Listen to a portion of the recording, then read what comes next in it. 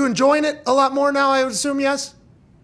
I've been enjoying it since I did ayahuasca. So the last few years have been great. Hold on. Okay. Let's dive into that. Because we can talk Let me finish my answer, bro. No. Let me talk about the. Oh no. Yeah, you're right. Loving football. Go ahead. No, then we'll talk ayahuasca because I got a lot of questions. Let's. You're loving football though since ayahuasca. Why? New mindset, new vision on things, new look at things. Well, how come?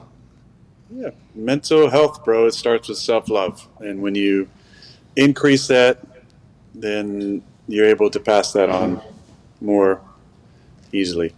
Have you been growing that hair since ayahuasca? Yes. Good transition, Pat. Thank you. So what the fuck happened with that? And how did you end up dabbling with it? Because I feel like that's a massive decision. You and I chatted about it a little bit at Tahoe. I've obviously encountered humans in the past that have done the ayahuasca and the other potential hallucinogens or whatever the title is, that's big deal. That's like you're going there thinking that you're going to transform, right? Isn't that kind of what happened? Everybody that I've talked to, before going, after going, different people afterwards. And it's all, every person I've talked to has been for the good. Let's assume, just because we don't want to paint a broad brush, some people have had a bad one or whatever, but it's a transformative decision you have to make, right, to go take that. And it seems like football-wise, it's worked with you. Hair-wise, obviously, it's worked incredibly well. But that was a transformative decision that you decided to go do that? And did you know it was going to change you forever? I mean, I hoped for sure. I mean, I don't think you can ever know for certain when you're dealing with master plant teachers. But what's that? Ayahuasca, like it's a master plant teacher. That's what I'm saying. You're talking about the plant itself. Yeah, I think there's some master plant teachers from Okay. Ayahuasca and Wachuma, peyote.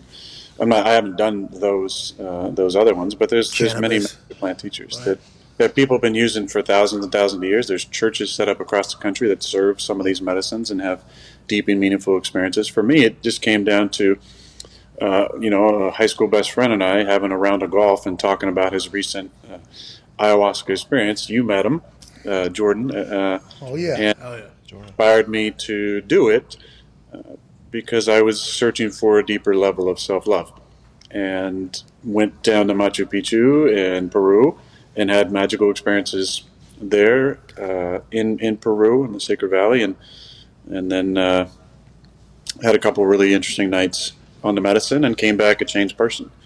Wanted to leave myself open to doing that again. In a different setting, in a different place, with a different group, and ended up doing that again this off season, and had an absolutely beautiful experience. Set for more nights this time, 3 and 2 the first time, 3 the second time, and had really difficult night 1, beautiful night 2, and then kind of a mixed bag night 3, with a really beautiful kind of conclusion to the ceremony. And it changes the way you look at the world. You feel way more connected, and it starts with a self-love. And when you have that unconditional love for yourself, it's way easier to then transfer that to the people that matter in your life, and honestly, the people that don't matter, so that I can, say with honesty to my detractors and haters and whoever it is, like, I don't have bitterness towards you. I don't have animosity.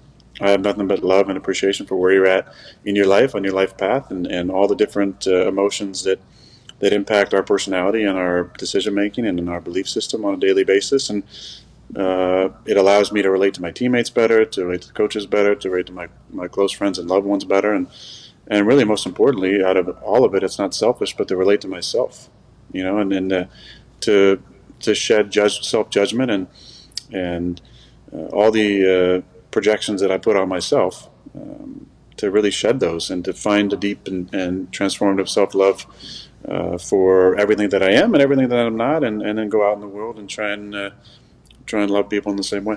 Do you think that you were fighting who you were for a long time because you're this hippie brainiac who is like the best player to ever play the most meathead sport of all time? Do you think you were just kind of confused? That's why you were trying to find and figure out who you were with ayahuasca the first trip? Or what do you think it is? What do you think it was that made you appreciate yourself and, understand who you are more? Because it felt like you being yourself more is probably how everything kind of changed for you in a positive way. What do you think it was? I think we're all the products in some sense of our upbringing. There's a lot of conditioning that goes on, and a lot of patterns that are formed. Many just naturally as you acquire them from your parents or siblings or surroundings or environment. Some of them are based on survival, and I'm not talking about life or death. For some people, yes, life or death, but more just surviving the day and surviving the emotions that come up. And for me, a lot of the things that I learned or patterned were very self-critical. And on one hand, I do appreciate it because that self-criticism drove me to be the best and to not be satisfied with where I was at, to not be complacent, to not make decisions that would adversely affect my future in a negative way.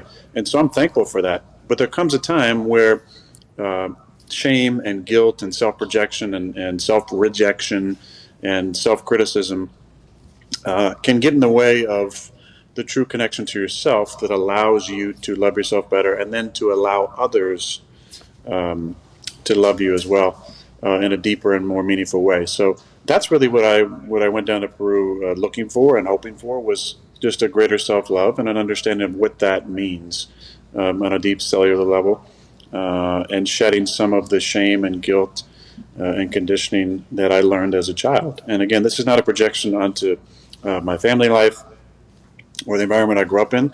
It's just what became the reality to me, and how I kind of maneuvered in my world as a 5-year-old, as a 10-year-old, as a 15-year-old, as a 20-year-old. And it was through a lot of self-judgment, not feeling good enough or lovable or whatever it might be. And so the goal was to really shed those things and to find a deeper self-love, and with the hopes and the ideas that a deeper self-love would lead to more contentment and peace, which would lead to a more clear mind, which would lead to being a better leader and a better player, and having the success in the field that I knew I was still capable of doing. Seems like you fucking found it, buddy. Hell yeah. All right.